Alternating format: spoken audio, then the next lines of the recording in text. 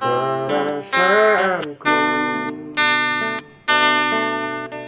Jika kau pun tak bisa beralih dari masa lalu yang menghantuimu, karena sungguh ini tidak adil. Bukan maksudku menyakitimu, namun tak mudah untuk melupakan sikap pada yang pernah aku lalui.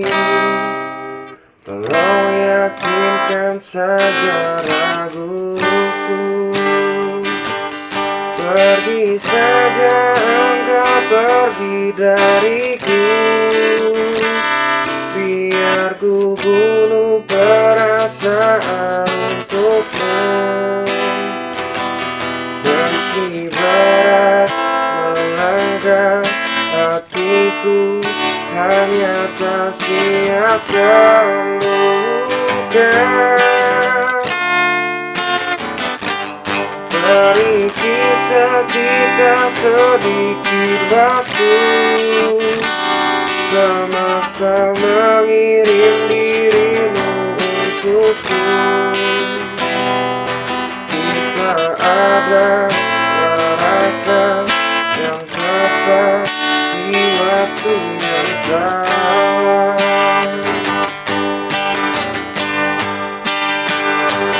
pergi saja engkau, pergi dariku. Biar ku bunuh perasaan untukmu. Meski berat melangkah hatiku, hanya tak siap terluka.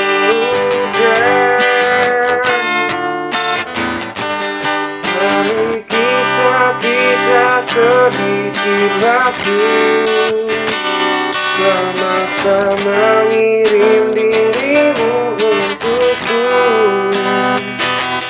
Jika ada rasa yang tepat di waktu yang salah.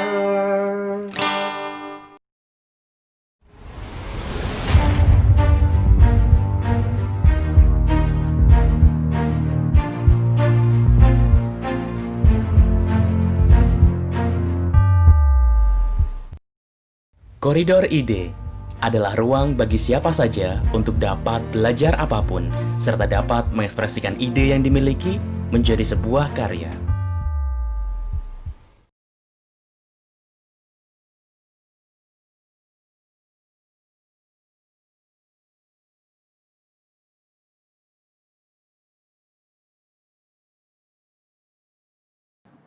Saya Joshua Han adalah mahasiswa dari Universitas Widya Kartika dan saya yang akan memimpin dan memandu acara Koridor Ide Batch ke-23 sore hari ini. Jadi selama beberapa jam ke depan, Sobat Milenial akan tetap melihat saya dan menyaksikan saya beserta narasumber dan yang lainnya pokoknya gitu, oke? Baik, selamat bergabung saya ucapkan buat Sobat Milenial dimanapun kalian berada pada forum online sore hari ini. Bersama narasumber kita yang keren, yang pastinya dan yang akan membagikan ilmu-ilmu buat Sobat Milenial. Saya berharap semoga Sobat Milenial tetap dalam keadaan sehat dan tetap semangat. Buat Sobat Milenial yang tidak sempat mengikuti forum online sore hari ini, atau Sobat Milenial yang ingin menyaksikan kembali forum sore hari ini, Sobat Milenial dapat menyaksikannya di YouTube channel Universitas Widya Kartika. Dan jangan lupa untuk mensubscribe, like, dan komen tentunya. Serta Sobat Milenial juga jangan lupa untuk memfollow Instagram, Twitter, serta Facebook dari Universitas Widya Kartika. Caranya kalian bisa cari di kolom pencarian, kalian tulis aja @infowika.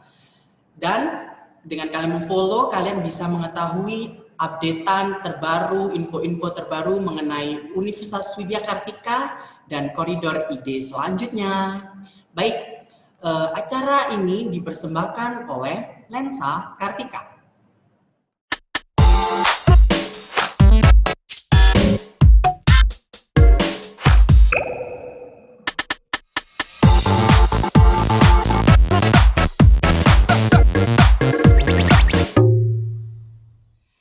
Baik, koridor ide ini bersifat gratis dan hadir setiap minggunya dengan judul dan narasumber yang akan membawakan ide-ide serta ilmu-ilmu yang akan dibagikan buat sobat milenial yang ada di rumah. Informasi terkait koridor ide dapat sobat milenial akses di bit.ly/koridoride. Kita juga akan mengapresiasi bagi audiens yang aktif dan terfavorit.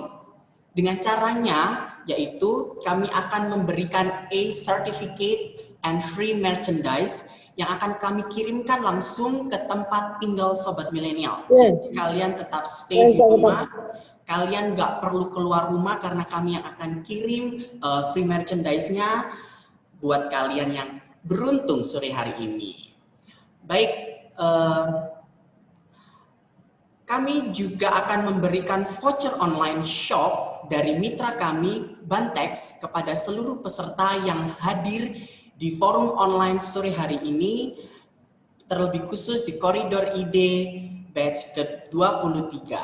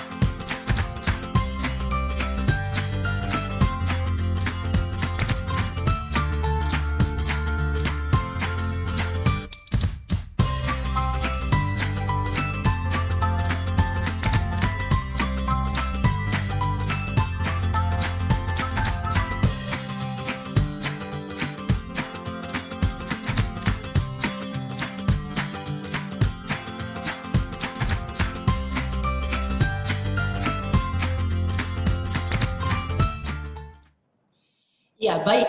Buat sobat milenial juga jangan lupa untuk mengisi survei kepuasan yang akan kami kirimkan linknya di kolom chat forum pada sore hari ini. Serta sobat milenial juga bisa melihatnya di email kalian karena kami telah mengirimkan linknya kepada setiap peserta forum sore hari ini. Informasi terkait A-certificate bisa sobat milenial akses atau kalian bisa menanyakan langsung ke kontak WhatsApp kami di nomor 0812 3277 0503. Tiap minggunya juga kami akan ada challenge.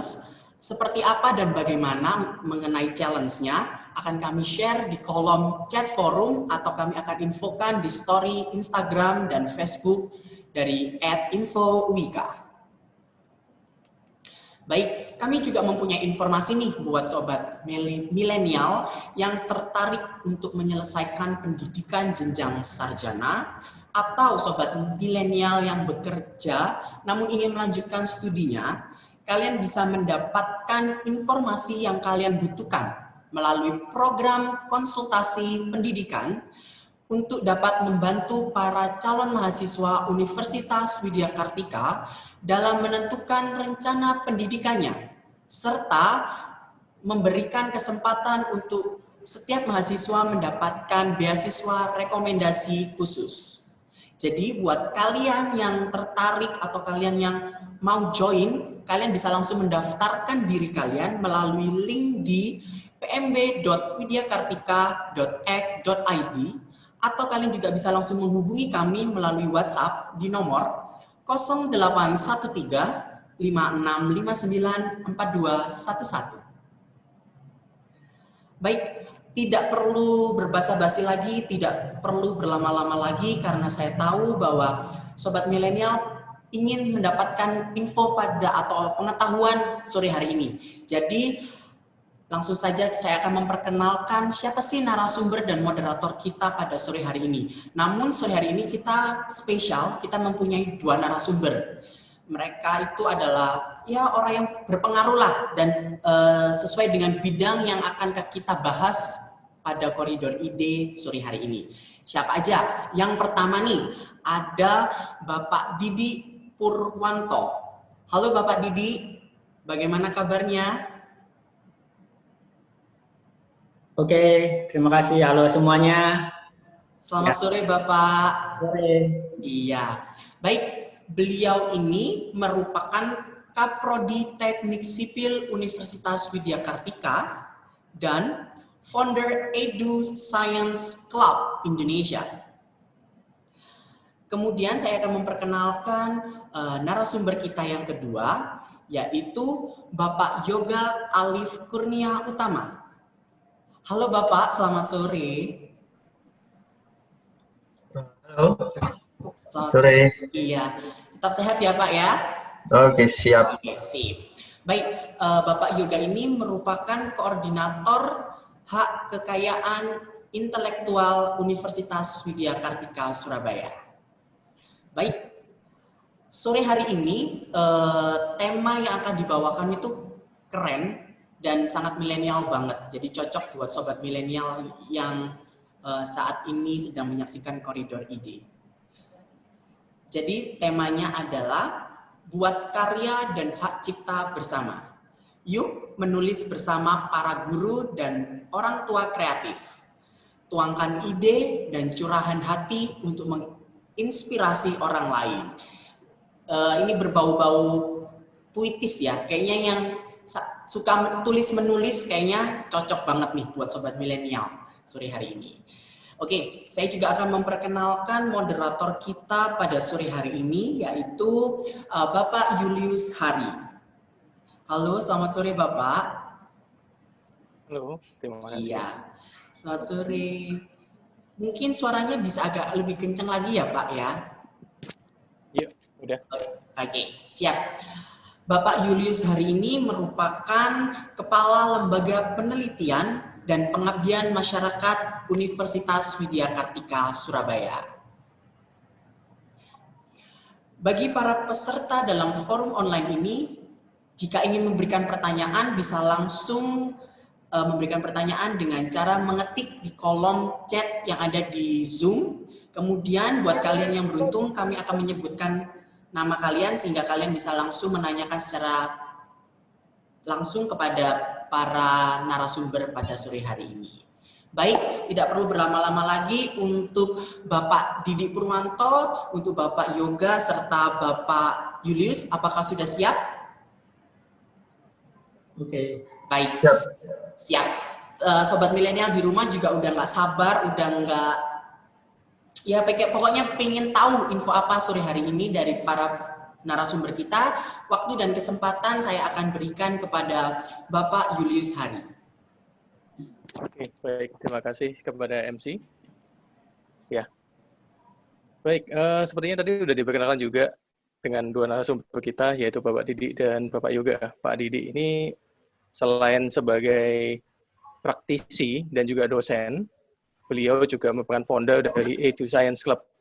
Nah, tentunya banyak hal yang bisa kita pelajari dari beliau, khususnya terkait dengan ide-ide kreatif, ataupun juga terkait dengan apa yang bisa kita lakukan di tengah pandemi ini, antara orang tua dan juga guru-guru. Dan yang kedua adalah Bapak Yoga Alif. Bapak Yoga Alif ini selain sebagai koordinator, beliau juga adalah seorang dosen teknik elektro Universitas Widya Kartika, dan beliau juga mengantongi berbagai macam haki. Dia memiliki banyak sekali paten dan haki, sehingga kita juga bisa belajar dari beliau terkait apa yang kita punya, sehingga paling tidak bisa melindungi. Baik, tidak usah berlama-lama, saya serahkan waktunya sepenuhnya kepada Pak Didi. Pak Didi mungkin bisa dipaparkan materinya kurang lebih 40 menit. Waktu dan tempat dipersilahkan. Oke.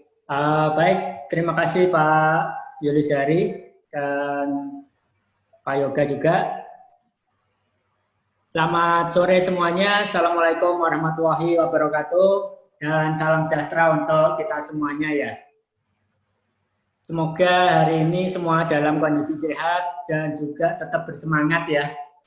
Apapun yang sedang kita pikirkan dan apapun yang sedang kita alami, ayo kita semuanya dibuat enjoy dan berbahagia saja. Karena bahagia itu sangat kita butuhkan di hari-hari yang penuh pandemik ini ya, seperti itu. Jadi semuanya kalau dibuat mudah, dibuat nyantai, dan dibuat senang, saya yakin semuanya akan ada jalannya. Mungkin itu awalan dari saya, dan tadi mungkin sudah diperkenalkan juga, saya Didi Purwanto, biasa dipanggil Pak Didi, atau adik-adik juga sering kali memanggil saya Mr. Didi, gitu ya. Nah, kalau tadi sudah diperkenalkan, saya selaku dosen, pengajar di Ediscience Club juga, mulai dari TK, SD, SMP, atau SMA. Ada satu profesi yang tadi belum diperkenalkan, jadi keseharian saya juga adalah seorang ayah, gitu ya. Ayah dari 5 anak, yang paling besar sudah kelas 1 SMA dan yang paling kecil baru 4 tahun gitu ya. Jadi 5 anak ini yang keseharian juga sangat menyita perhatian dan juga energi dan juga pikiran, tapi semuanya kalau kita buat enjoy, semuanya menjadi menyenangkan gitu. Nah, itu mungkin perkenalan singkat saja dari saya. Nanti ketika teman-teman semuanya menindaklanjuti workshop hari ini, maka kita akan berhubungan kembali dan pasti akan lebih dekat lagi gitu ya. Jadi pesan saya, ini bukan pertemuan singkat, tapi ini akan jadi pertemuan berkelanjutan. Setelah hari ini, besok, lusa, dan beberapa hari kita akan terus berinteraksi. Saya akan terus berkomunikasi dengan semua peserta dan kita akan goalkan sama-sama targetnya, yaitu kita punya buku bersama, gitu ya. Oke, siap semuanya ya. Nah, oke, mungkin untuk slide yang pertama. Di slide pertama ini ada satu hal yang mungkin saya tuliskan di sana, bahwa menulis itu nggak gampang, gitu ya. Jadi banyak yang ngomong kalau menulis itu gampang, tapi juga lebih banyak lagi yang ngomong bahwa menulis itu nggak gampang. Katanya menulis itu susah, gitu. Nah, mana yang benar? Semuanya benar, gitu ya. Tergantung kita sendiri menilainya seperti apa. Tapi satu hal yang pasti, kalau buat saya, kalau sesuatu itu sulit, maka pasti akan lebih mudah kalau kita kerjakan bersama-sama. Kalau kita koordinasikan bersama-sama. Kita bagi-bagi tugas dengan banyak orang. Nah, kalau nanti ada yang mengkoordinir, ada yang mengatur, ada yang membagi tugas, dan kita semuanya mengerjakan kecil-kecil, tapi untuk tujuan bersama, pasti lebih mudah. Jadi, kalau menulis bersama-sama itu pasti lebih mudah daripada menulis sendirian. Gitu ya. Itu yang harus kita sepakati di awal ini. Nah, langsung ke slide berikutnya. Ini, nah, semua pasti tahu ya, atau nggak tahu. Nah, wajah-wajah ini sering menghiasi ketika kita ikut pelatihan-pelatihan menulis, gitu ya. Di sana ada penulis dari karya legendaris Laskar Pelangi. Nah, di bawahnya juga ada perempuan-perempuan cantik yang hebat yang sudah menghasilkan karya legendaris. Tapi saya ingin sampaikan bahwa kita itu bukan mereka, apalagi saya, gitu ya. Saya tidak pandai menulis. Saya juga sulit untuk bisa menghasilkan satu buku, gitu. Jadi ini adalah sesuatu yang berbeda. Kalau biasanya workshop-workshop yang memotivasi tentang menulis itu diisi dan dimotivasi oleh orang-orang yang punya karya besar agar mencontoh karyanya dan memotivasi agar mereka bisa menulis, tapi ini berbeda. Saya belum menghasilkan karya besar, saya belum menghasilkan buku banyak, tapi saya berani bertemu teman-teman semuanya untuk berkolaborasi.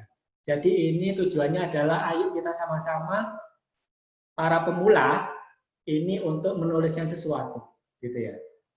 Dan kita nggak usah terobsesi, nggak usah terlalu muluk-muluk, nanti tulisan kita akan menghasilkan banyak uang, tulisan kita akan dibaca ribuan orang, jutaan orang, atau masuk televisi dan lain sebagainya. Jangan dulu. Yang penting kita mulai bersama dulu, kayak gitu. Sepakat ya? Jadi ini adalah impiannya, nanti pelan-pelan saja, gitu. Karena kita bukan mereka, gitu. Salah nggak apa-apa, nulis satu paragraf, satu lembar, dua lembar nggak apa-apa, karena kita bukan mereka, gitu.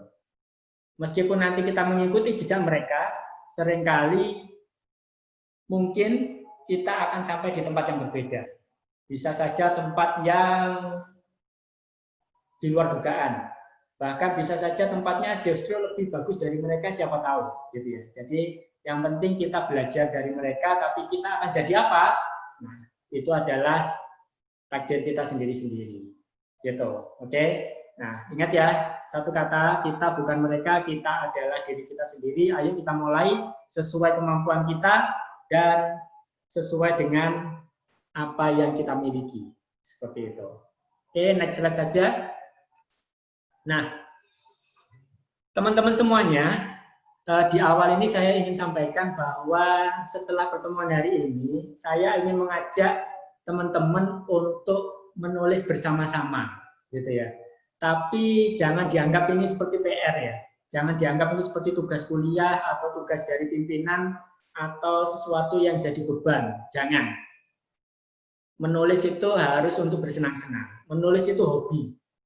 Menulis itu nggak bisa dipaksakan. Gitu. Jadi kalau ada pimpinan, ada guru yang memaksa muridnya untuk menulis, itu salah sebenarnya. Yang bisa kita lakukan adalah memotivasi mereka untuk menulis dan membimbing. Tapi kalau untuk menugasi dan lain sebagainya, nah, kita harus ciptakan perasaan bahagia itu dulu. Gitu. Nah, bagaimana agar kita bisa senang menulis? Nah, itu macam-macam nanti triknya ya. Salah satunya adalah ayo kita niatkan untuk belajar. Kalau kita belajar itu salah nggak apa-apa. Kalau kita belajar jelek nggak apa-apa, gitu. Kalau kita belajar harusnya kita nggak boleh dimarahi, gitu ya. Kita nggak boleh putus asa, ini belajar. Gitu. Justru belajar itu harus gagal, harus jelek dulu, dan pelan-pelan kita coba perbaiki, gitu. Oke, kita niat belajar bersama-sama. Nanti kalau ada teman-teman yang berpengalaman, misalkan kemarin sudah nulis sesuatu, bahkan mungkin sudah punya karya buku dan lain sebagainya, ayo kita sharing. Saya juga ingin belajar, gitu ya. Jadi kita belajar bersama-sama. Semua kita lakukan bersama-sama di sini nanti. Gitu. Berikutnya adalah biasanya ini orang itu selalu mengeluhkan untuk memulai itu susah, Pak. Gimana caranya kita memulai supaya bisa menuliskan satu kata pertama dan lain sebagainya, susah. Nah, intinya gini, hari ini kita akan belajar bersama-sama untuk membuat tulisan. Nah, tulisan nanti kita akan kumpulkan untuk jadi satu buku, dan ini akan jadi buku kita bersama, jadi kebanggaan kita bersama. Kayak gitu.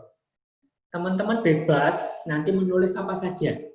Nah, teman-teman nanti, saran saya, cerita apa adanya yang ada di pikiran, gitu. Bercerita saja, mengalir saja, kayak gitu. Kalau kita bercerita tentang apa yang kita pikirkan, harusnya lebih lancar, gitu ya. Jangan takut sesuatu apapun, gitu. Cerita saja apa yang dialami. Kalau teman-teman misalkan pernah menulis buku harian, diare, nah itu sudah menjadi model yang sangat dibutuhkan, gitu. Saya dulu, percaya atau enggak, saya itu dulu juga rajin menulis buku harian, gitu ya. Itu kita butuhkan untuk melepaskan pikiran dan untuk menghilangkan stres. Karena ke psikiater itu kan mahal, gitu ya. Kita mau ngomong sendiri ke cermin itu nanti ada yang ngintip, ada yang ini dikira orang gila. Paling gampang itu adalah menulis buku harian. Kita bisa nulis sepuas-puasnya, entah itu setelah itu diuntel-untel, dibuang ke tempat sampah, nggak masalah, yang penting sudah tertuang, sudah keluar apa yang kita pikirkan. Nah, awalilah menulis seperti cerita di buku harian. Gitu. Nggak usah takut jelek, nggak usah takut nanti dibaca orang, lalu dinilai, nggak usah takut. Gitu ya. Cerita saja. Bisa cerita apa yang dialami, bisa cerita tentang apa yang diketahui, bisa cerita tentang idenya, bisa cerita mengkritik orang, dan lain sebagainya, coba dituliskan. Kayak gitu. Apalagi sekarang ini kan zamannya chat ya. Kalian mulai ngechat, terasanya lebih enak chatting daripada telepon. Nah, itu mulai bisa dipakai modal. Anggap saja sedang chatting, kayak gitu. Kalian tuliskan kalimat, kalian tuliskan paragraf, nanti nggak terasa loh, ternyata sudah jadi satu paragraf, loh ternyata sudah jadi satu lembar. Nah, seperti itu. Cerita saja yang dialami. Gitu. Apakah ini nanti ada gunanya, Pak? Nggak perlu bertanya seperti itu. Urusan kita hari ini adalah menulis saja. Entah itu ada gunanya atau tidak, entah itu ada nilainya atau tidak, entah itu nanti jadi sesuatu, jadi karya atau tidak, itu urusan nomor sekian. Tugas atau pekerjaan kita hari ini adalah menulis, titik. Pokoknya nulis, gitu ya. Kalau di luar sana ada istilah pokoknya joget, ya sudah. Sekarang kita buat pokoknya nulis. Gitu. Apapun itu nanti kita akan diskusikan. Gitu. Nah, kalau kalian punya sesuatu yang diketahui, kalian bisa cerita ke orang lain, gitu ya. Entah orang lain itu sudah tahu juga atau tidak, itu urusan nggak usah dipikirkan. Tapi kalian cerita saja. Contohnya misalkan cerita yang kita ketahui itu bisa saja bukan hanya dari pikiran kita, tapi kita meneruskan dari sumber yang lain, nggak apa-apa. Ada orang cerita, lalu kita ceritakan ulang ke orang lain. Nah, itu juga nggak apa-apa. Pasti cara ceritanya beda. Contoh gini lah. Tadi pagi saya dapat WA, gitu ya, di WA group tentang sesuatu. Nah, saya cerita sekarang. Teman-teman yang suka kopi, itu mungkin pernah tahu ya, ada kopi yang namanya Sigara Rutang. Sigara Rutang ini adalah kopi dari Sumatera. Nah, ternyata teman-teman tahu nggak, kopi Sigara Rutang ini selain rasanya nikmat, dia itu juga punya cerita. Nah, ceritanya bagaimana? Ternyata kata istilah Sigara Rutang dari bahasa Sumateranya itu adalah si pembayar hutang. Gitu. Loh, kok bisa ya? Ada kopi yang namanya punya arti kopi pembayar hutang. Gitu.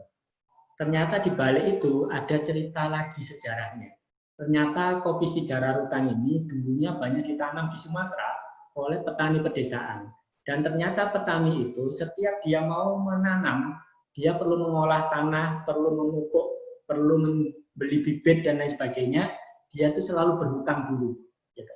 Jadi dia untuk modal tanaman kopi, dia selalu berhutang dulu karena untuk kehidupan sehari-harinya juga susah, gitu ya. Sehingga kopi yang setelah sekian bulan itu tumbuh kemudian menghasilkan kopi, ini ternyata kopi Sigara Rutang punya keunggulan, yaitu dia bisa berbuah lebih cepat dan dia pada umur yang lebih cepat bisa laku terlebih dahulu daripada jenis kopi yang lain. Sehingga apa? Kopi Sigara Rutang ini dipanen lebih cepat dan dia selalu menjadi pembayar hutang petani kepada tengkulak. Gitu. Sehingga petani-petani menyebutkan kopi ini adalah kopi Sigara Rutang, yaitu kopi yang dipanen untuk membayar hutangnya kepada para tengkulak. Seperti itu. Nah, itu adalah sesuatu yang bisa kita cerita ke orang lain, meskipun itu kita dapatkan dari orang lain juga. Nah, apa yang barusan saya sampaikan itu bisa dibuat tulisan dan bisa jadi artikel dan bisa menjadi sesuatu, gitu ya. Nah, sesimpel itu teman-teman, cerita saja, gitu ya. Kalau bisa sesuatu yang tidak banyak orang ketahui, nah itu mungkin nilainya akan lebih tinggi. Tapi sebelum itu semua yang penting cerita, gitu ya. Oke, jadi itu awali dengan cerita. Berikutnya apa? Kalau kita pemula, itu biasanya semangat kita itu mesti naik turun, gitu ya. Kalau pas setelah ikut pelatihan, setelah dapat motivasi gitu, tiba-tiba kita niat banget, oh yes nanti tak nulis sesuatu gini. Tapi ketika sudah jenuh dan lain sebagainya, semangat turun, kita harus cari penyemangat supaya semangat kita yang turun naik itu bisa distabilkan atau bisa diselamatkan oleh penyemangat ini ya. Nah, apa penyemangat itu? Kalian bisa sering berkomunikasi dengan teman-teman yang sesama penulis misalkan. Nggak perlu penulis besar, ya cukup dengan teman-teman yang sama-sama belajar menulis misalkan. Atau bentuk kelompok, kalian bisa berkelompok dengan teman-teman di ekstrakurikulernya atau di komunitas atau semacamnya. Seperti ini kita sedang membentuk satu kelompok kecil yang nanti akan menulis bersama-sama. Nah ini kita nanti saling menyemangati ya. Gitu. Kita harus bisa membuat satu karya. Ayo kamu bisa, kamu kalau susah ayo kita kerjakan sama-sama, kita saling menyemangati. Penyemangat yang lain adalah carilah penghargaan kecil-kecil.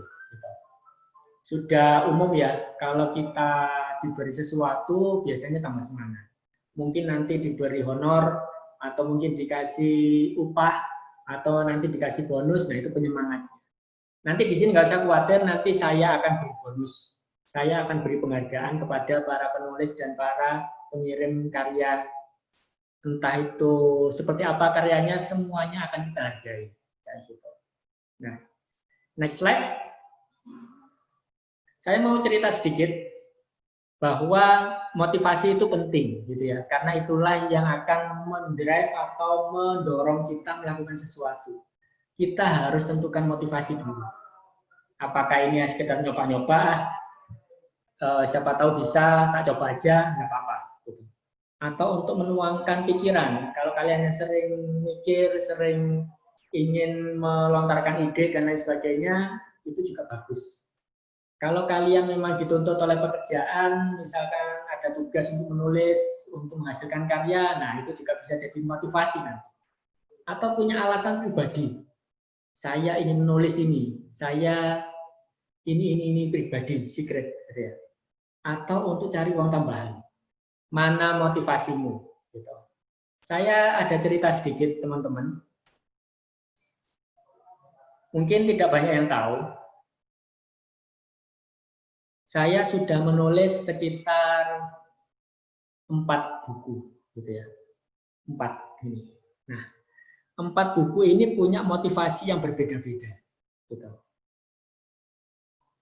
Saya hasilkan buku pertama itu dulu ketika SMA. SMA waktu itu zamannya mesin ketik. Nah, saya beli mesin ketik bekas. Kemudian saya buat satu novel pencak silat, gitu ya.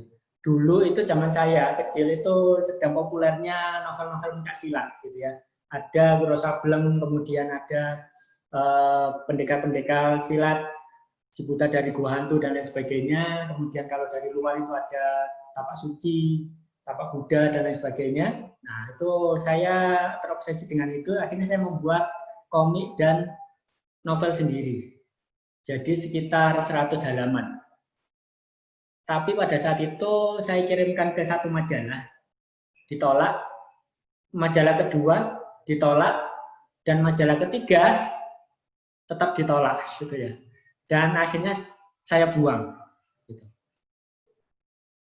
Kemudian itu motivasinya apa? Motivasinya adalah untuk mencari uang tambahan, karena pada saat dulu itu susah-susahnya sekolah, gitu ya. Setelah itu saya berhenti, wes kapok, karena ternyata susah nulis itu, susah dihargai dan lain sebagainya. Akhirnya saya berhenti. Ketika beranjak dewasa dan lain sebagainya, saya tetap suka membaca dan kadang-kadang juga ingin menulis tapi tidak ada waktu. Dan saya menemukan motivasi pribadi, buku kedua saya. Gitu. Buku kedua saya adalah tentang materi kuliah, gitu ya. Jadi karena saya mengajar, ada tuntutan pekerjaan saya harus menghasilkan buku. Dan akhirnya saya hasilkan satu buku terkait dengan materi kuliah. Tapi ini agak berbeda karena ada motivasi tersendiri juga. Karena saya nggak pandai menulis kan. Jadi saya membuat buku ajar itu dengan bahasa saya. Jadi saya nggak peduli ini memenuhi kaidah atau tidak, formatnya sesuai atau tidak, tapi saya memakai bahasa sendiri. Gitu. Tadi saya cari-cari, masih saya simpan beberapa. Ini adalah buku saya. Kelihatan ya? Ini adalah buku yang judulnya Perhitungan Neraca Massa dan Energi. Ini buku berat. Maksudnya materinya itu berat, gitu ya. Dari judulnya sudah kelihatan. Tapi teman-teman, kalau membaca isinya, ini isinya bahasa sehari-hari. Gitu. Saya buka satu contoh halaman gitu di sini. Oke, kelihatan ya saya. Jadi ini adalah buku pertama saya, buku kedua tentang materi. Nah di sini kalau halaman tengahnya saya bacakan teman-teman. Ini saya ambil satu paragraf misalkan. Oke. Memang harus kita akui bahwa materi di bab 4 ini lebih sulit dari bab 3 dan sebelumnya. Maka bab 4 ini akan butuh daya pikir dan analisa yang tinggi. Jadi buat kamu yang daya pikirnya pas-pasan, mending kamu belajarnya sambil ngopi. Atau kalian belajarnya ditemani teman-teman yang lebih pintar. Supaya kamu nggak tambah pusing dan stres. Oke, jadi kalau kamu nggak ada yang nemeni, nggak ada kopi, padahal kamu pikirannya cekak, mending jangan baca bab 4 ini dulu. Oke, hehehe, bercanda loh. Nah, ini adalah tulisan di buku materi perhitungan yang susah, gitu ya. Jadi saya coba untuk membuat buku dengan bahasa saya dan apapun yang saya jelaskan di sini saya buat bercanda, kayak gitu. Dilengkapi dengan gambar-gambar kartun, gambar-gambar, coretan, dan lain sebagainya. Entah ini mereka suka atau tidak, saya lega sudah menghasilkan buku ini. Gitu. Contoh-contoh soalnya juga saya tulis ulang dengan bahasa-bahasa yang guyonan dan lain sebagainya. Entah itu tambah bingung atau nyampe enggak materinya, nah itu urusan sekian. Gitu ya. Itu buku kedua saya. Motivasinya adalah pekerjaan, tuntutan, tapi saya selipi dengan motivasi pribadi. Lalu buku kedua saya, buku ketiga, ini agak spesial. Buku kedua saya ini saya buat hanya dalam waktu 1 minggu saja. Ini motivasinya sangat pribadi. Gitu. Beberapa tahun yang lalu, ketika pekerjaan sangat menekan saya dan terlibat konflik, kemudian sampai ke ranah hukum dan lain sebagainya, ada satu rekan kerja saya yang akhirnya masuk tahanan, masuk penjara, gitu ya. Bisa dibayangkan kalau kita punya teman, sahabat yang kita tahu terjebak konflik dan akhirnya masuk tahanan selama 1 tahun, nah kita pasti ikut prihatin, gitu ya. Saya waktu itu menengok saja nggak tega. Saya nggak berani menengok, nggak berani berkunjung karena nggak kuat melihat. Gitu. Dan apa yang saya lakukan? Akhirnya saya menulis buku. Saya menulis buku pribadi, cerita untuk saya ceritakan kepada dia. Saya cerita tentang motivasi dan saya cerita tentang ide-ide saya. Dia harus menyelesaikan konflik seperti apa dan lain sebagainya. Saya jadikan satu buku. Dan saya kirimkan itu ke tahanan di Medaeng, gitu. Saya tulisi, saya nggak sanggup jenguk kamu dalam beberapa minggu kemarin karena saya nggak kuat melihat ininya ya, kondisinya. Jadi saya kirimkan buku ini aja untuk menghibur kamu, kayak gitu. Dan dia sangat berterima kasih. Dan memang buku itu hanya saya buat 2 eksemplar, satu untuk dia dan satu untuk saya. Seperti itu. Nah, itu adalah buku motivasi pribadi yang sangat pribadi, tapi akhirnya jadi. Gitu. Kadang kita punya obsesi untuk menghibur dan lain sebagainya, gitu ya. Dan buku terakhir saya itu ini 2 tahun yang lalu. Ini saya buat satu buku, judulnya adalah, oh ya, yang tadi judulnya saya rahasiakan ya, karena itu menyangkut pribadi juga gitu. Nah, yang ini adalah buku terakhir saya tahun kemarin, 2 tahun kemarin, judulnya adalah Mind Extraction. Ini adalah wujud menuangkan pikiran, gitu ya. Jadi saya sedang stres waktu itu. Saya kepikiran terhadap sesuatu yang sangat personal, sangat pribadi, yang akhirnya menyulitkan saya berkonsentrasi. Nggak bisa konsentrasi kerja, nggak bisa konsentrasi di rumah, dan lain sebagainya, karena kepikiran sesuatu. Dan untuk menuangkannya, saya tuliskan di beberapa lembar kertas, sampai berlembar-lembar, dan akhirnya saya kumpulkan, saya urutkan, dan saya ketik ulang jadi satu buku ini. Gitu. Nah, itu adalah motivasi-motivasi yang akhirnya bisa menghasilkan satu buku. Entah itu berharga atau tidak, entah itu dinilai orang atau tidak, entah itu dibaca banyak orang atau tidak. Saya kebalikannya, saya malah merahasiakan buku saya dan hanya saya berikan ke orang tertentu saja. Gitu. Kalau yang buku materi tadi, ini malah sudah saya jual di ITS, di UPN, dan di ITAT. Pada saat di sana ya ada yang laku, jual, dan teman-teman semuanya, kalau pas kita beruntung punya buku yang komersil seperti ini, ada satu kebanggaan ketika kita ketemu pemiliknya, gitu ya. Ketika nggak sengaja orang tahu kita, loh ini Pak Didi ya, ini Pak Didi yang menulis buku ini ya, gitu. Dan dia cerita, saya punya buku Pak Didi loh. Ya Allah, itu bangganya dan senangnya minta ampun. Dan entah dia minta atau tidak, saya tawari tanda tangan saya kayak gitu. Jadi kesini bukumu tak tanda tangani, saya ingin pesan sesuatu buat kamu dan adik-adik kelasmu nanti. Nah, teman-teman semuanya, dari semua itu saya ingin cerita bahwa ayolah cari motivasi mengapa kita ingin menulis, ya gitu. Karena motivasi itu penting menjadi dasar energi kita, gitu ya. Nah, oke, kembali ke slide barangkali. Motivasi itu apa saja tadi, silahkan ditentukan, gitu ya. Nah, kalau kalian motivasinya pribadi, silahkan, nggak masalah. Kalau kalian motivasinya untuk cari uang juga nggak apa-apa, karena banyak peluang kita mendapatkan uang dari tulisan, kayak gitu. Dan contohnya apa? Coba ke next berikutnya, ke slide berikutnya. Teman-teman, sekarang zaman sudah berubah, gitu ya.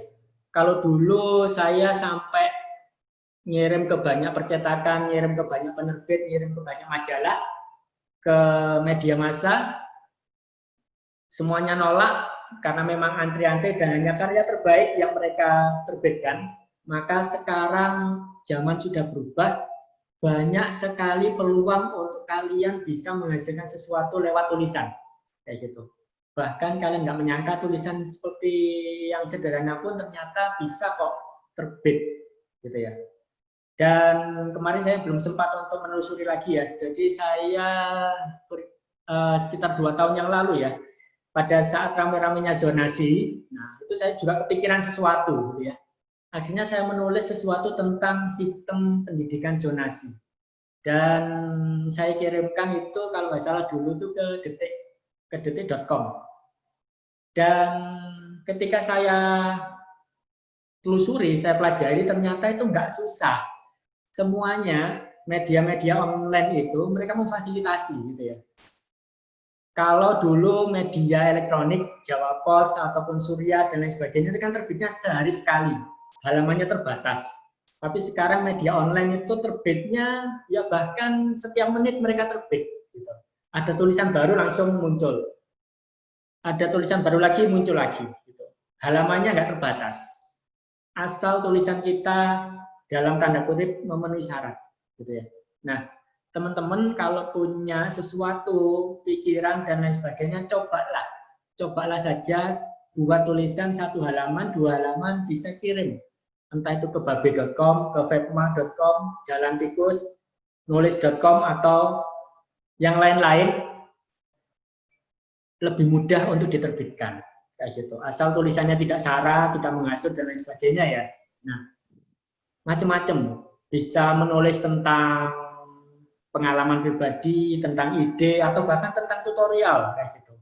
Cara membuat jus yang enak, bisa dikirimkan, gitu. Bisa nulis ke nulis.co.id, ini tentang apa saja yang tentang keseharian, gitu ya. Kalau Jalan Tikus biasanya dia banyak menampung tulisan-tulisan tentang teknologi, tentang hal-hal yang berbau tutorial dan lain sebagainya, dan nanti coba telusuri berbagai media yang bisa kalian manfaatkan. Bocorannya teman-teman, ketika tulisan kalian diterbitkan, mungkin nggak banyak yang jadi honor gitu ya. Satu artikel rata-rata 50.000 lah.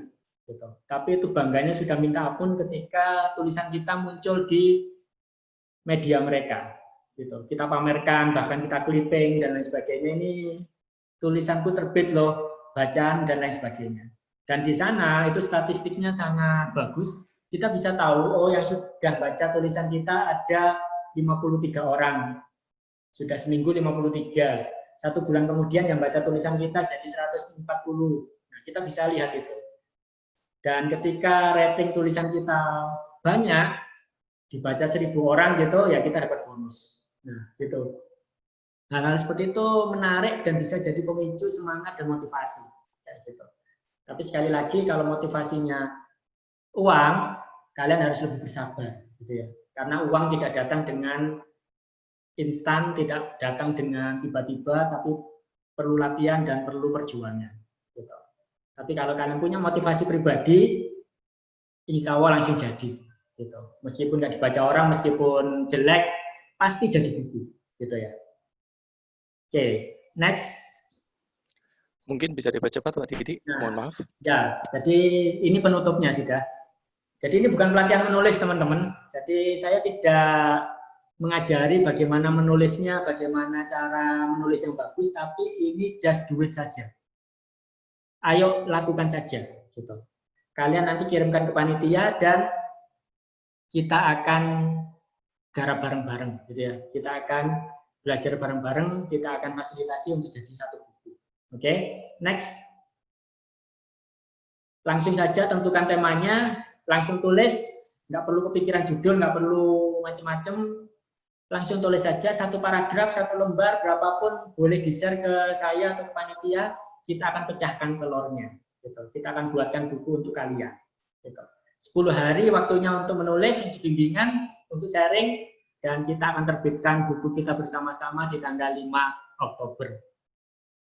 Kalian ikut nggak ikut, pasti buku ini akan terbit. Gitu ya. Akan ada beberapa guru, beberapa orang tua, beberapa siswa, beberapa mahasiswa, dan masyarakat yang akan gabung dan jadilah buku. Jangan sampai ketinggalan, mumpung ada yang memfasilitasi. Next. Nah, ini tema-temanya bebas sebenarnya, apa saja bisa. Ini hanya untuk clustering aja. Gitu. Jadi tulis saja pokoknya. Ini nggak ada masalah dengan umur. Yang sudah berumur, yang masih muda, yang pengalaman ataupun tidak, semuanya boleh. Gitu. Nggak ada syarat apa-apa. Syaratnya setor tulisan yang bisa terbaca, gitu ya. Oke, next. Nah, ini bonusnya untuk kalian. Saya akan kemas semuanya akan jadi buku dan akan saya terbitkan. Dan kita akan uruskan bareng-bareng hak ciptanya. Nanti hak ciptanya milik kalian, para penulis, kita hanya memfasilitasi saja. Dan kita akan cetak bukunya, kita akan bagikan. Gitu. Segampang itu, gitu ya. Apa saja. Oke, mungkin itu dari saya. Terima kasih sudah menyimak dan semoga bisa memotivasi ya. Kita akan buat buku bareng-bareng dan kita akan terbitkan bareng-bareng. Nanti Pak Yoga pasti akan jelaskan dan fasilitasi. Dan saya akan bantu agar semuanya bisa. Siap? Oke, terima kasih sekali lagi. Mohon maaf jika ada yang kurang, hanya itu yang bisa saya sampaikan. Seperti tadi saya bilang, kita bukan mereka, gitu ya. Saya bukan penulis yang handal, pinter, tapi kita senasib. Kita ingin buat buku, tapi butuh bareng-bareng. Oke, semuanya terima kasih sekali lagi. Wassalamualaikum warahmatullahi wabarakatuh. Oke, baik. Terima kasih kepada Pak Didik atas informasinya yang luar biasa. Mungkin sambil jalan, sambil bersiap juga Pak Yoga, kita coba diskusi singkat aja ya. Jadi dari yang dipaparkan Pak Didik tadi, menulis itu kan insidental ya, lebih banyak insidentalnya. Jadi mengalir aja. Nah, ini ada beberapa pertanyaan juga di kolom chat. Yang menarik buat saya adalah, memang di era sekarang ini, kayaknya yang lebih maju adalah podcast, kan gitu ya. Bahkan YouTuber nomor 1 di Indonesia itu adalah dari podcast. Nah, apakah podcast ini menjadi tren baru dalam menulis, atau menulis dengan podcast itu berbeda? Bagaimana pandangannya Pak Didi? Oke.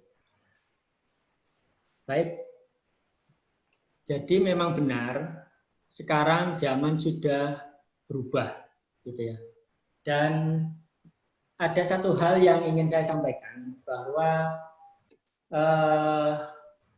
ini kan gini, contoh saja konkret gitu ya.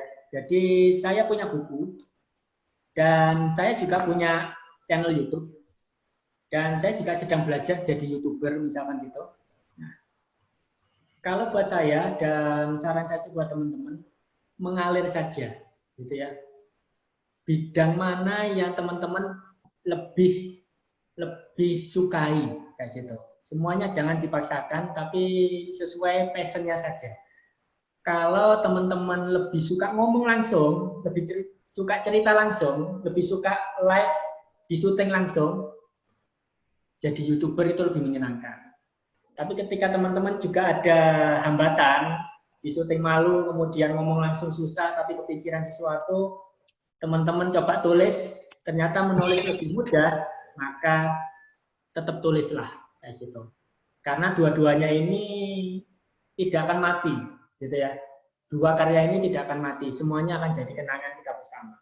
Dan ada satu hal yang saya sangat setuju, bahwa ketika sesuatu itu kita tulis, maka sesuatu itu bisa jadi abadi, gitu. Dan banyak hal yang apa istilahnya, jadi banyak orang yang suka dengan keabadian itu, gitu ya. Jadi saya itu sangat suka dengan Kuce-Kuce Hotahe. Semua sudah lihat belum Kuce-Kuce Hotahe? Untuk yang generasi sekarang mungkin. Nah, ada satu hal yang sangat menginspirasi saya, yaitu ibunya Angeli. Ibunya Angeli itu meninggal ketika Angeli dilahirkan. Dan apa yang dia buat? Dia membuat tulisan yang sudah dirancang harus dibaca anaknya setiap dia ulang tahun. Nah, itu sangat menginspirasi, gitu ya. Jadi bisa saja kita membuat video atau membuat buku untuk keperluan pribadi seperti itu. Dan ketika kita bisa membuat tulisan seperti itu, maka kita akan abadi. Jadi seperti ini, semua orang itu kan akan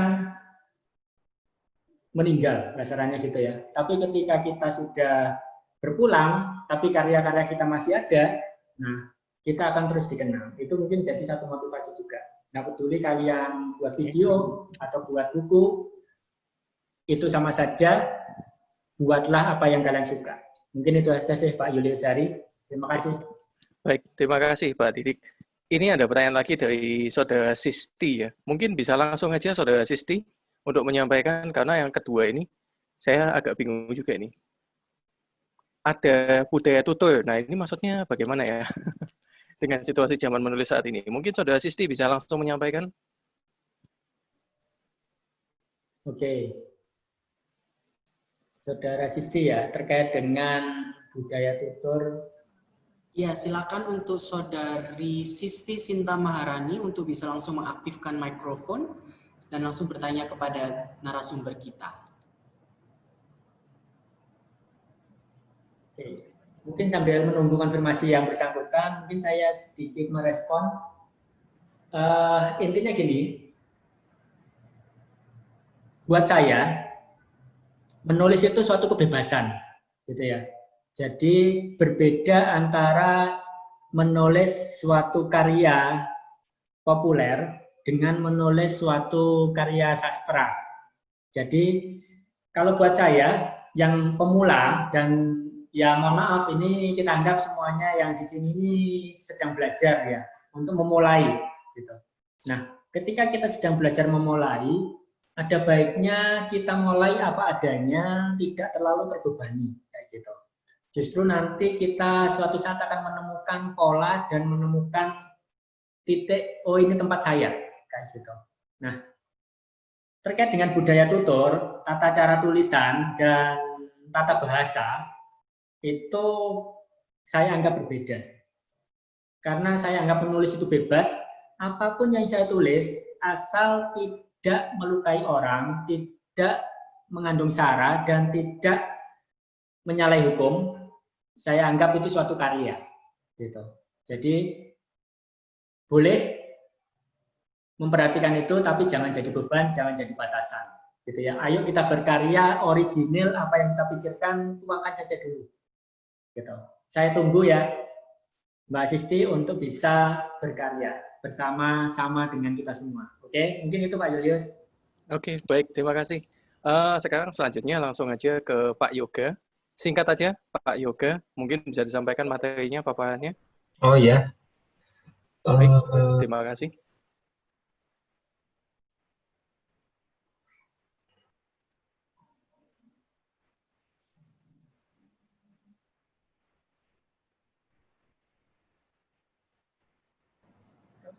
Oke.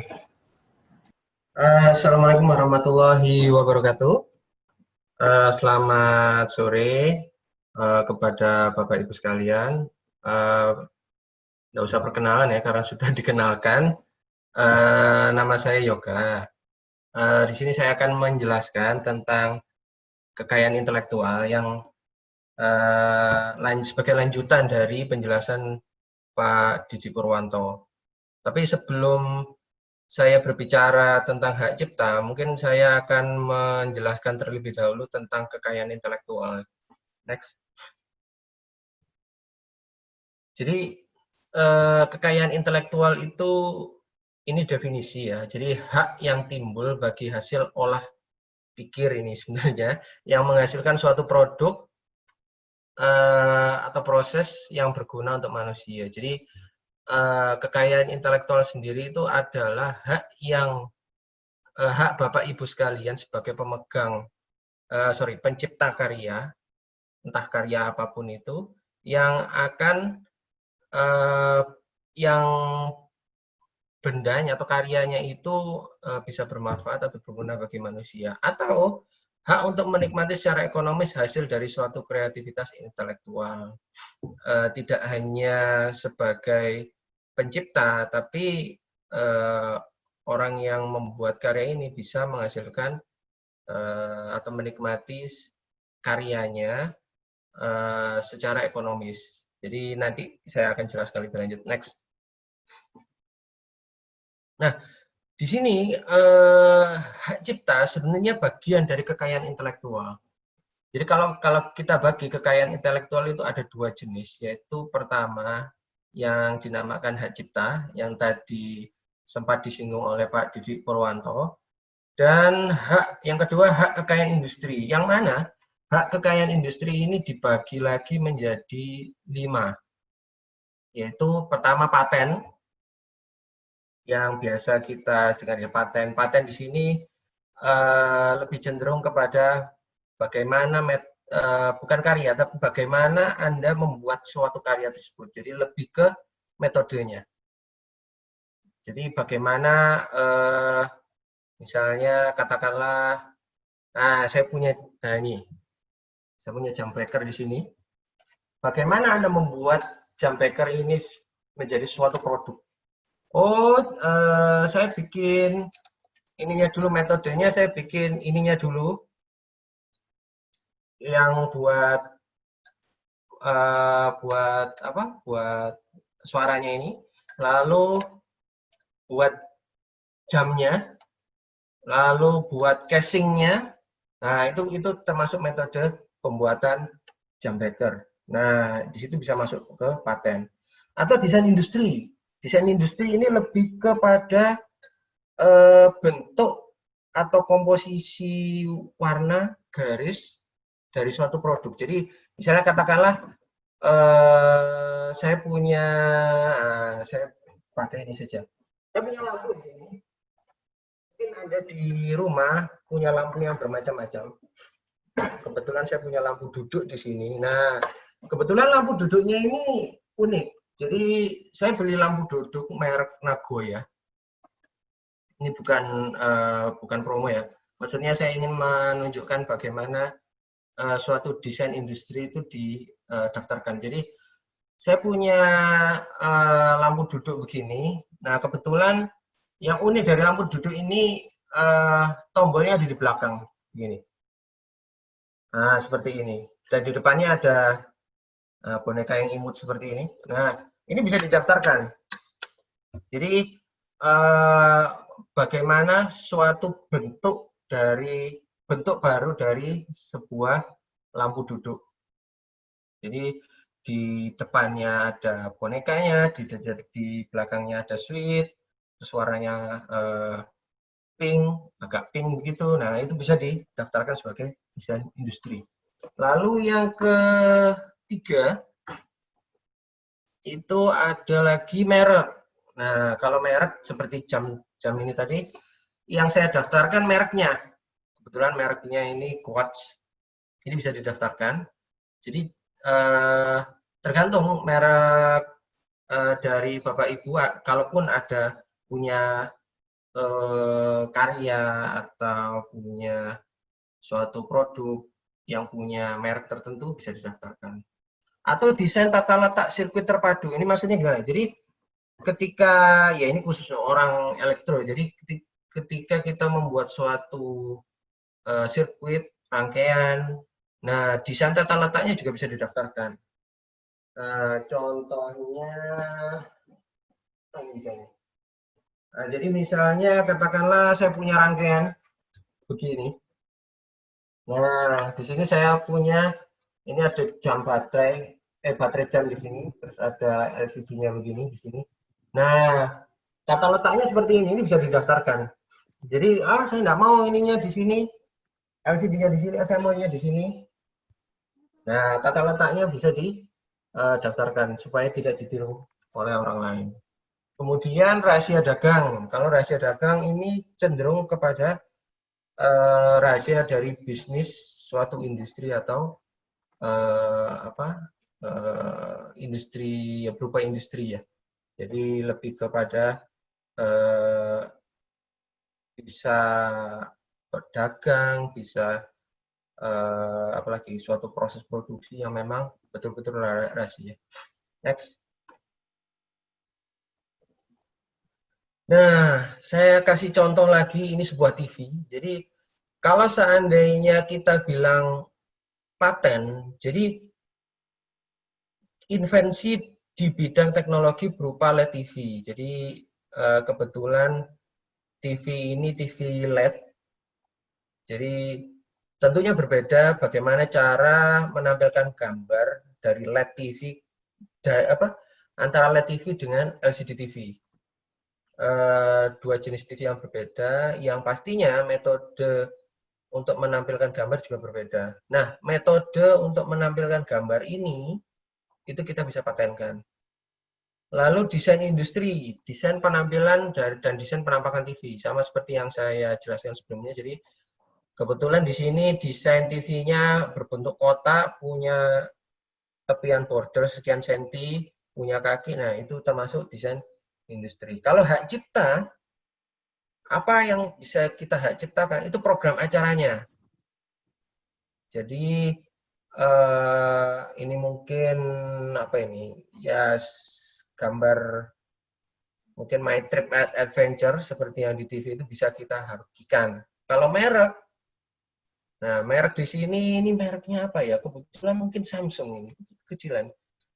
Kalau misalnya merek TV-nya misalnya Samsung, gitu. Nah itu termasuk merek yang bisa dihakikan.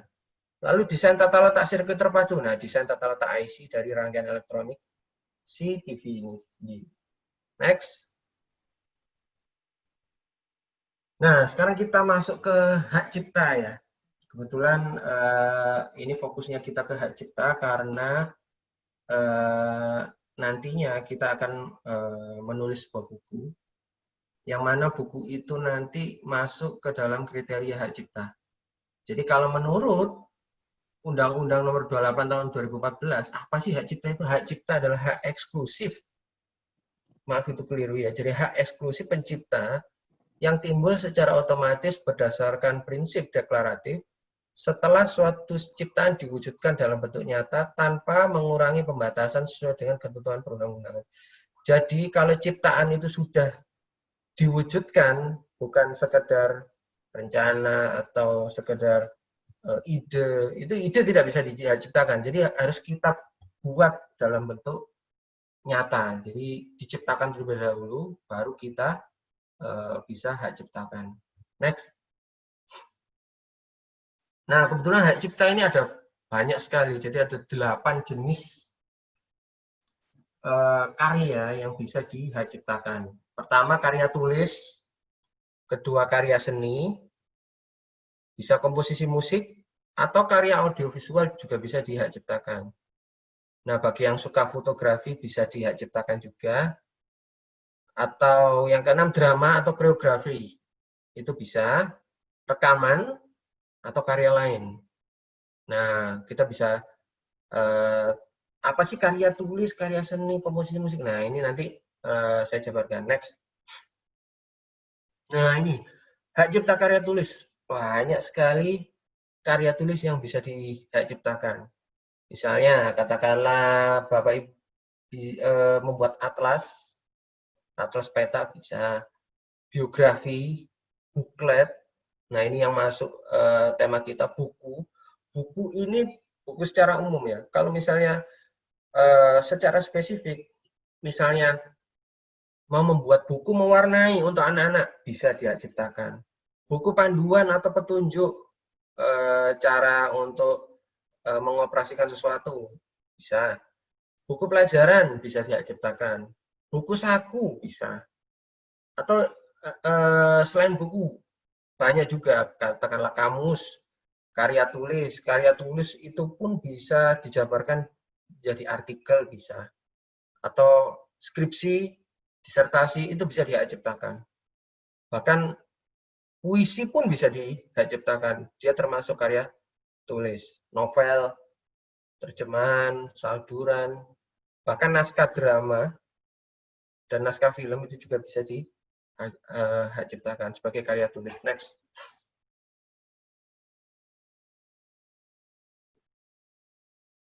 Nah, karya seni. Karya seni itu bisa macam-macam ya. Jadi bisa alat peraga. Kalau misalnya ada yang membuat banner, itu bisa dihak ciptakan banner, brosur, terus seni, karya seni, terutama seni rupa, gambar, batik, terus pamflet, peta, dan seni-seni yang lain. Contohnya seni ilustrasi, seni gambar, pahat, patung, seni rupa, seni terapan, dan masih banyak lain. Atau spanduk, itu bisa dihak ciptakan juga. Next.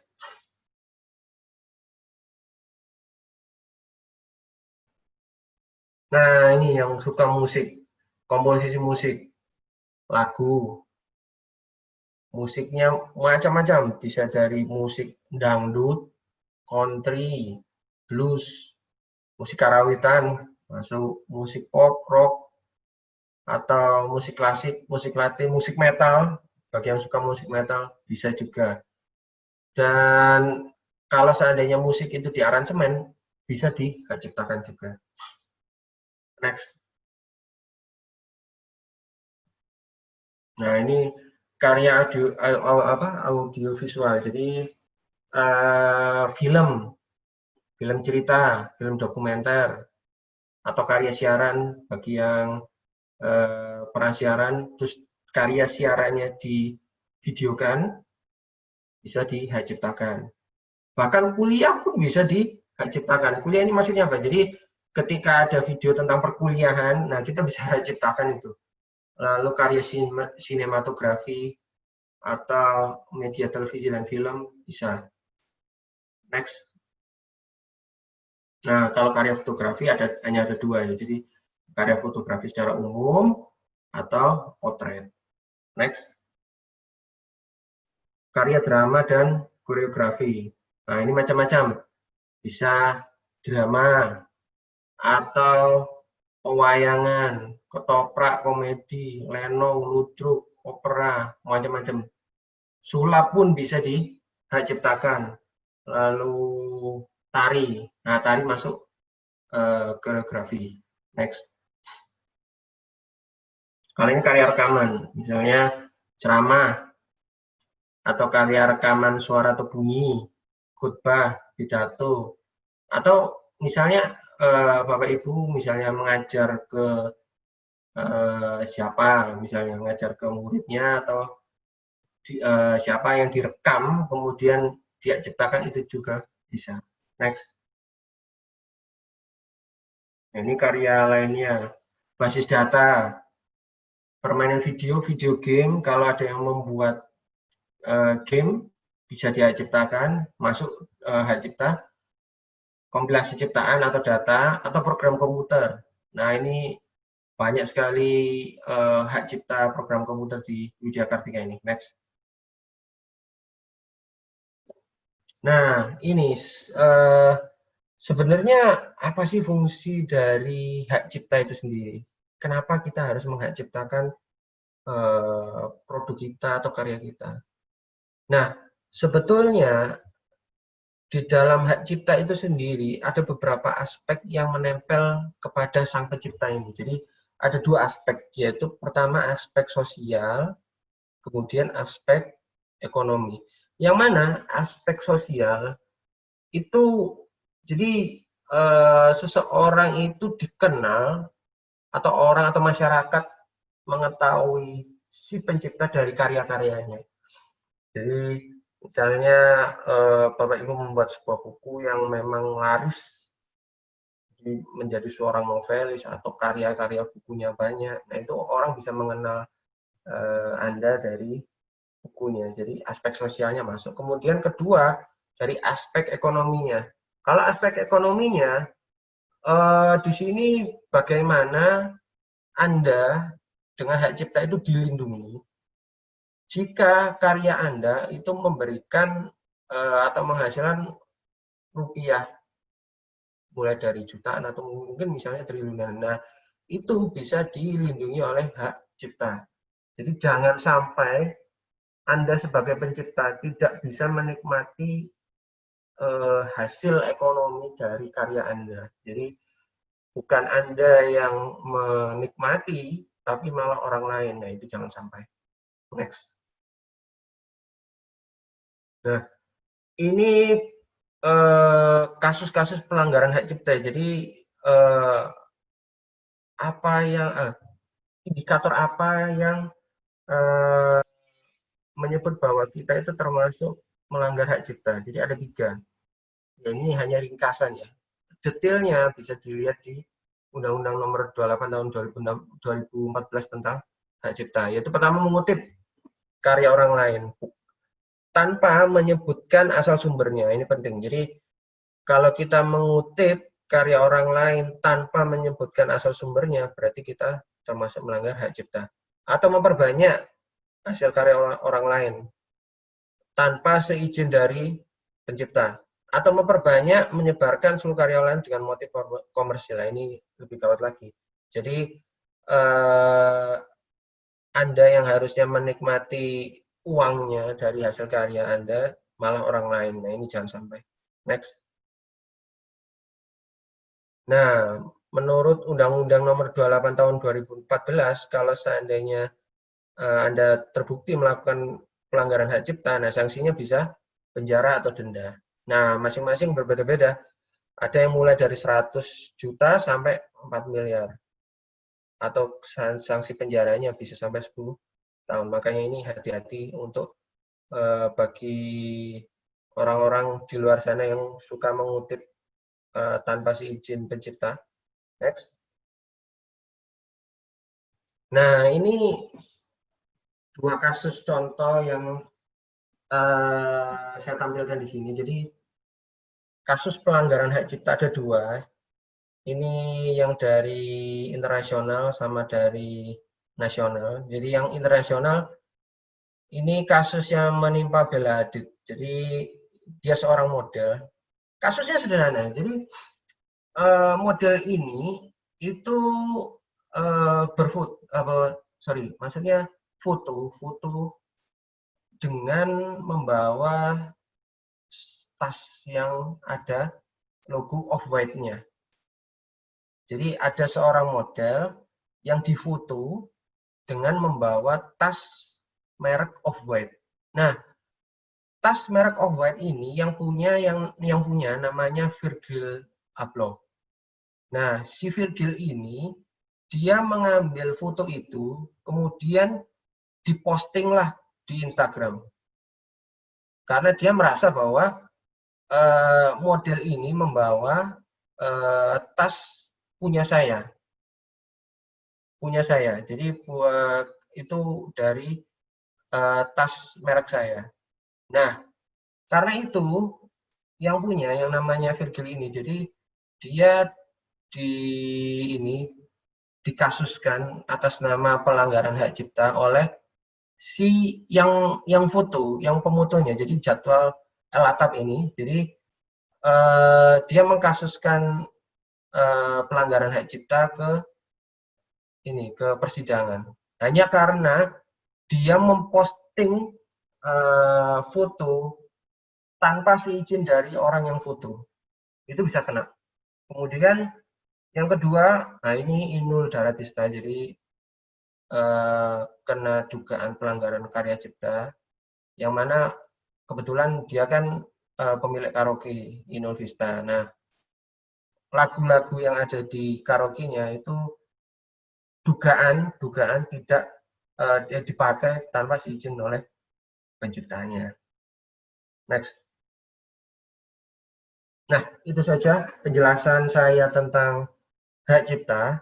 Jadi seandainya ada Bapak Ibu yang ingin menguruskan hak ciptanya, bisa lewat saya, kontak personnya di situ. Satu lagi, untuk khusus Bapak Ibu yang nantinya akan membuat buku, kebetulan dari pihak Prodi Teknik Sipil sudah memberikan bonus lah istilahnya. Jadi bagi Bapak Ibu yang ingin menguruskan hak cipta bukunya, nah nanti akan dibebaskan biaya hak cipta. Itu. Oke, terima kasih. Saya kembalikan ke moderator. Oke, baik. Terima kasih Pak Yoga, luar biasa. Jadi sepintas aja, kalau dilihat dari pentingnya hak cipta ini ternyata adalah melindungi kita sebagai pemilik ciptaan, begitu ya. Jadi diharapkan buat teman-teman sekalian itu tetap jangan lupa untuk mengurus hak ciptanya. Apalagi nanti kalau punya kompilasi cover song atau dan sebagainya, itu ada hak ciptanya nggak itu Pak Yoga? Ada. Untuk kompilasi ada. Kompilasi ciptaan ada. Masuk ke karya karya lain. Jadi kalau anak-anak misalnya meng-cover song itu bisa kena tuntutan hak cipta dong? Selama karya itu belum dihak ciptakan bisa. Selama karya itu belum dihak ciptakan. Jadi katakanlah, contoh tadi saya mengkompilasi lagu-lagu yang sudah diciptakan orang begitu ya, pasti hak ciptanya tertolak. Gitu. Nah, kalau seandainya misalnya gini, mahasiswa atau dari teman-teman ini suka nyanyi gitu, terus kemudian meng-cover song, meng-cover lagunya, itu apakah melanggar hak cipta atau bagaimana? Kalau meng-cover lagu orang dengan seizin dari penciptanya bisa. Kalau tanpa seizin penciptanya tidak bisa. Dan itu bisa dihakikan tetap ya? Bisa tetap. Bisa.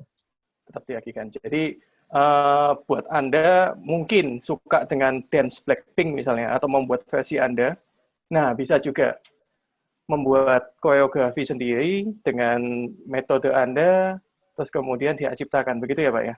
Ya, nanti akan otomatis kalau misalnya katakanlah sudah ada misalnya kita daftarkan terus ternyata sudah ada misalnya karya tersebut. Misalnya saya tidak tahu ini ada buku yang namanya misalnya judulnya memasak nasi goreng misalnya. Oh ternyata sudah ada buku tentang itu, misalnya judulnya misalnya dan isinya banyak yang sama. Misal ini ya, misal saja banyak yang sama. Kalau kita daftarkan otomatis tertolak biasanya. Nah, kalau tertolak itu apakah kita nanti kena sanksi hukum atau bagaimana itu, Pak? Oh belum tidak. Belum ya. Belum, kecuali kalau kita buku itu kita lempar ke pasar misalnya, itu baru kena sanksi itu. Bisa kena sanksi ya. Tidak kena Berarti sanksi. bahaya. Berarti bahaya juga ya. Oke, baik. Iya. Saya lemparkan ke teman-teman sekalian. Apabila ada pertanyaan, monggo langsung aja disampaikan ke narasumber ini. Silakan. Kita diskusi aja. Julius. Ya, selamat sore. Boleh bertanya? Iya, silakan, Ibu. Iya. Saya Ibu Nurul Kamaria, guru SMA 4 Pamekasan, Bapak. Ingin menanyakan sesuatu. Mitra yang pertama kali yang mungkin nanti kami gandeng kepada siswa ketika siswa membuat sebuah karya kriya. Ini siapa? Jadi untuk bisa mematenkan hak paten karya, kira-kira mitra pertama kali yang harus digandeng oleh kami itu siapa, Bapak? Iya, mohon arahannya. Terima kasih. Baik, terima kasih. Mungkin langsung dijawab Pak Yoga. Maaf Bu, saya kurang paham maksudnya mitra di sini apa ya? Mitra. Maksudnya lembaga yang sekiranya bisa kami gandeng untuk memudahkan kami menemukan mematenkan karya kami begitu. Ini contohnya seperti ini. Di SMA kami itu banyak proyek-proyek atau karya-karya yang memang hasilnya dari pemanfaatan limbah. Contohnya furniture dari sampah plastik.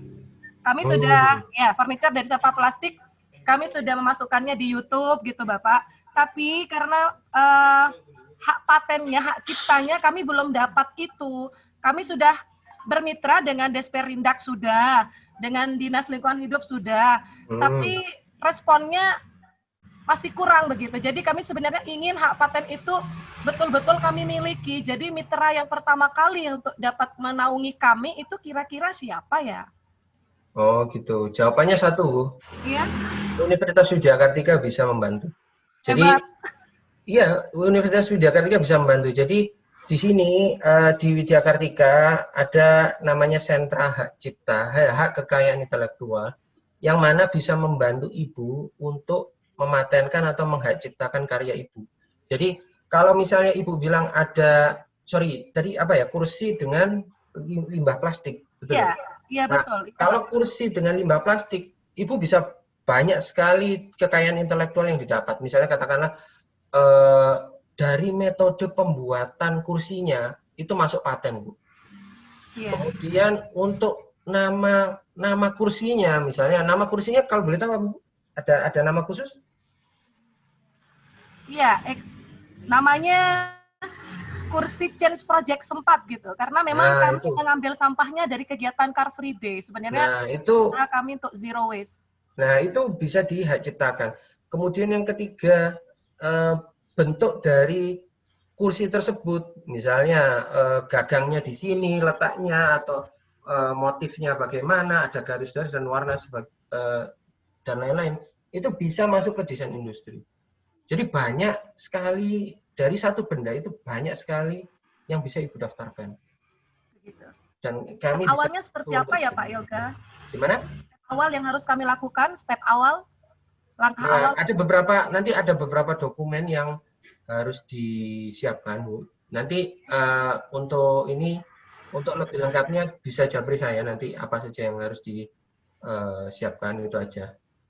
Ya, nomornya jenengan sudah ada di grup ini ya? Tadi di presentasi sudah, Bu. Apa perlu saya ini lagi, Bu? Dicek, Bu ya? Okay. Mungkin bisa di-share aja.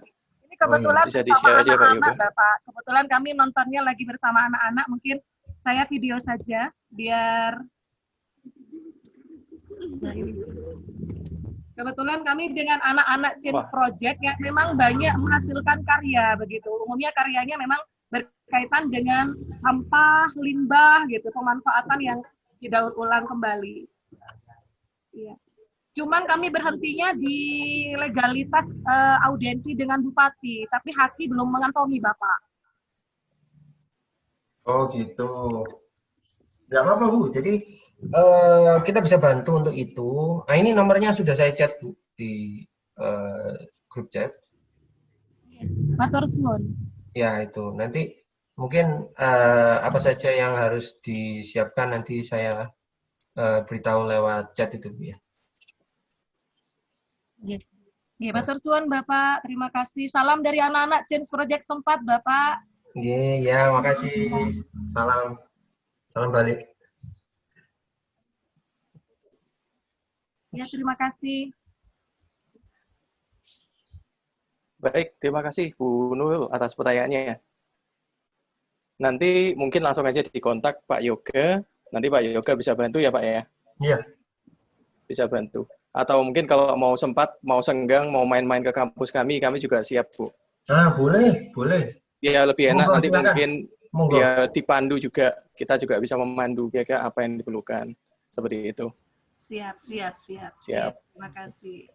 Untuk biayanya pun juga sangat terjangkau. Kita pastikan itu. Baik. Mungkin ada lagi yang lain, silahkan buat rekan-rekan yang lain yang ingin konsultasi atau bertanya, dipersilakan. Monggo. Bapak Julius, ini ada Oke. satu pertanyaan yang terlewatkan yang ada di kolom chat Oke, dari baik. Saudara Aka Ulia. Jadi pertanyaannya itu, apa moto hidup kedua narasumber dan apa artinya? Oke, baik. Mungkin kalau ada yang bersangkutan bisa langsung menyampaikan lebih enak. Ya, mungkin ada yang bernama Saudara Aka bisa langsung mengaktifkan mikrofonnya.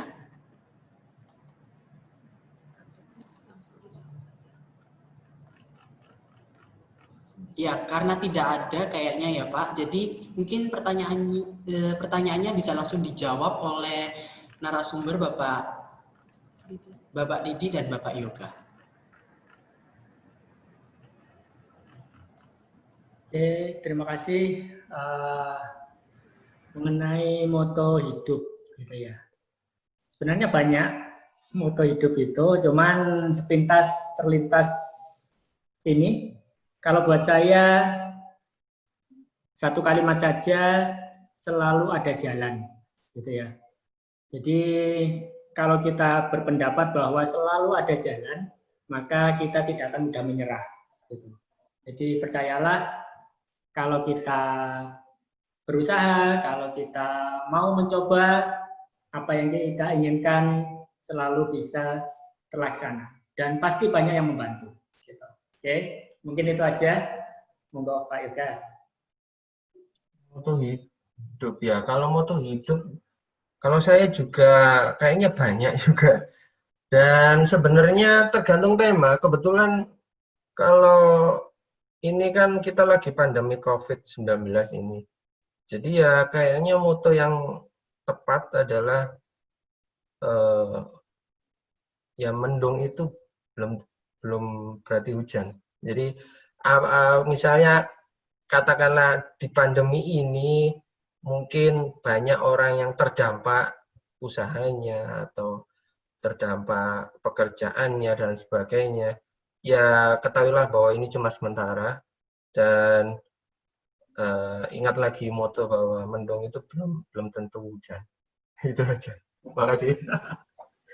Terima kasih Bapak untuk moto yang sudah dibagikan kepada sobat milenial yang ada di rumah. Iya. Jadi untuk Bapak Julius, karena waktunya sudah habis dan sebenarnya masih pingin kita tukar pendapat tentang ide-ide dan pengetahuan baru, namun karena terbatasnya waktu, jadi saya memberikan mungkin ada closing statement dari para narasumber kita pada sore hari ini. Bisa dipersilakan untuk Pak Julius. Baik, terima kasih. Jadi untuk closing statement-nya dari narasumber, mungkin Pak Didi bisa menyampaikan dulu terkait dengan lombanya tadi, Pak. Jadi bagaimana pengumpulannya, terus kemudian idenya bagaimana, sehingga teman-teman ini kalau memang mau mengumpulkan karyanya dan dihakikan katanya ya. Hakinya kan gratis ya Pak ya? Janjinya tadi gratis kan? Oke, bagaimana Pak? Monggo. Oke, baik. Terima kasih Pak Julius. Jadi ini bukan lomba sebenarnya. Jadi kita tidak berkompetisi, tapi justru kita berkolaborasi, gitu ya. Kita bersama-sama. Jadi selama 10 hari ke depan, baik teman-teman yang hadir di sini maupun yang tidak sempat hadir, punya kesempatan untuk menulis sesuatu, tema sesuai dengan apa yang tadi saya sampaikan, tapi juga bisa bebas, nanti saya akan mengcluster. Teknisnya adalah bisa di-share ke WA saya, nanti saya sampaikan nomor saya, atau ke email panitia, nanti Pak Rio biasanya akan membuatkan grup. Nah, nanti bisa di-share di media itu. Nah, nanti kita akan review ya. Jadi review di sini bukannya mengkoreksi atau semacamnya, cuman kita bahas bersama-sama supaya nanti bisa lebih baik dan kita bisa padukan. Jadi saya tunggu sampai 10 hari, karya bebas, jumlah tidak dibatasi, bisa sedikit, bisa banyak, terserah.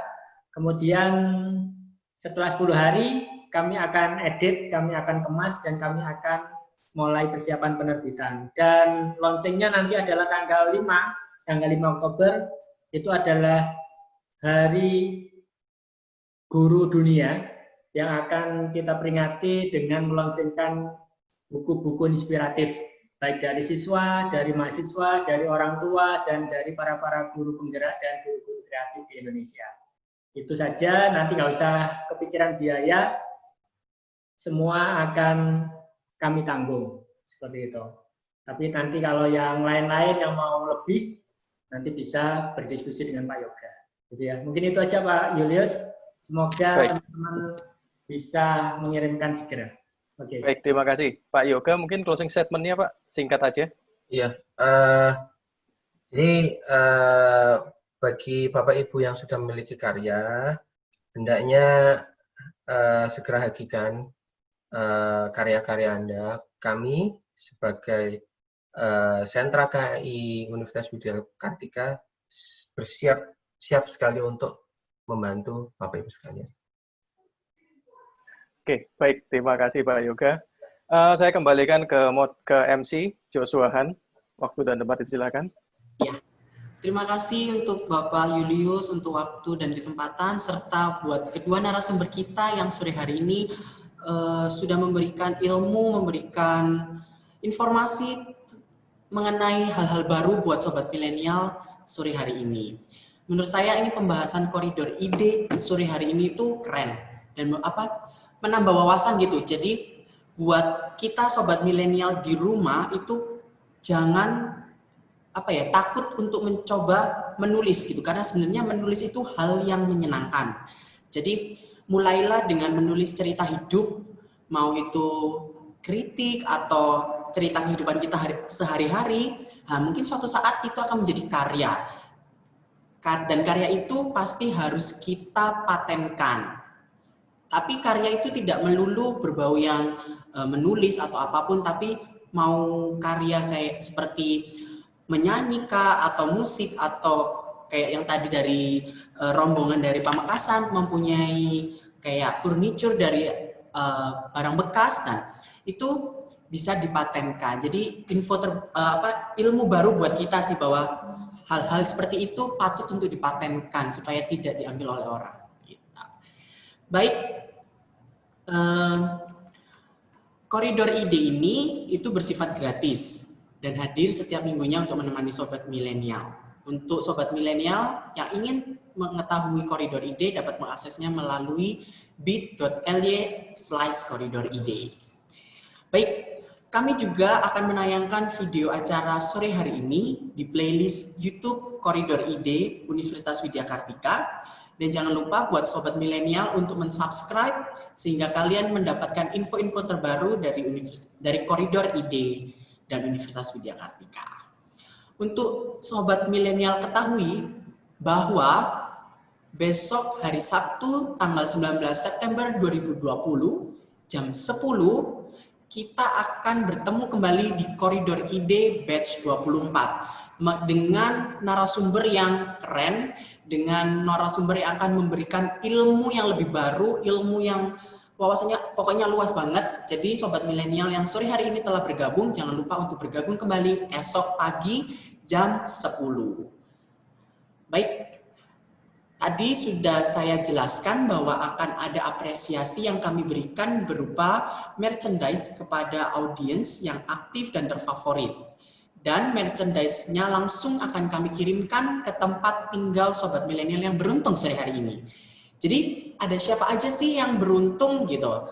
Nah, ada 3 pemenang untuk Sobat Milenial yang aktif dan terfavorit untuk Koridor Ide Batch ke-23 sore hari ini.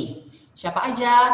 Baik, saya sudah dapat infonya nih. Siapa aja pemenangnya, dan untuk pemenang pertama ada dari Saudari nungguin ya. Baik, Saudari Nurul Kamaria. Yeay, selamat untuk Saudari Nurul. Kemudian yang kedua itu ada, kayaknya ini cewek-cewek semua yang menang ini, tapi saya kurang tahu. Yang kedua itu Saudari Sisti Sinta Maharan. Yeay. Dan yang ketiga itu ada saudari atau saudara, saya kurang tahu, Aka Ulia. Yeay, selamat buat ketiga pemenang kita sore hari ini yang menjadi audiens teraktif dan terfavorit. Bagi ketiga Sobat Milenial yang beruntung pada sore hari ini, kalian bisa mengirimkan foto kartu identitas untuk memverifikasi data kalian. Caranya kalian bisa kirim melalui WhatsApp di nomor 0812 3277 0503. Baik, sebagai ucapan terima kasih juga kami kepada Bapak Didi dan Bapak Yoga yang telah menjadi narasumber pada Koridor Ide sore hari ini. Kita mempunyai bingkisan kepada Bapak Didi dan untuk Bapak Yoga juga, dan bingkisannya seperti yang kami tampilkan di layar. Selamat ya Bapak, semoga suka. Serta untuk Bapak Didi dan Bapak Yoga nggak perlu datang ke universitas karena kami akan kirimkan langsung ke rumah Bapak-Bapak sekalian. Acara ini dipersembahkan oleh Lensa Kartika. Sekali lagi kami berterima kasih kepada Bapak Didi, Bapak Yoga selaku narasumber, dan kepada Bapak Julius selaku moderator yang sudah berbagi ilmu dan wawasan serta menemani para Sobat Milenial pada forum online sore hari ini.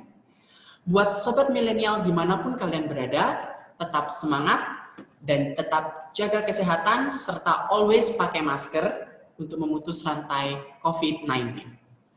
Akhir kata, saya Joshua Han, mohon maaf jika ada salah kata dan tindakan, karena saya harus undur diri dari hadapan Sobat Milenial sore hari ini. Namun kita akan berjumpa kembali esok hari, dan kita akan berjumpa kembali di koridor-koridor ide selanjutnya. Sampai jumpa di koridor ide berikutnya. Koridor ide, oke. Salam humanis, inovatif.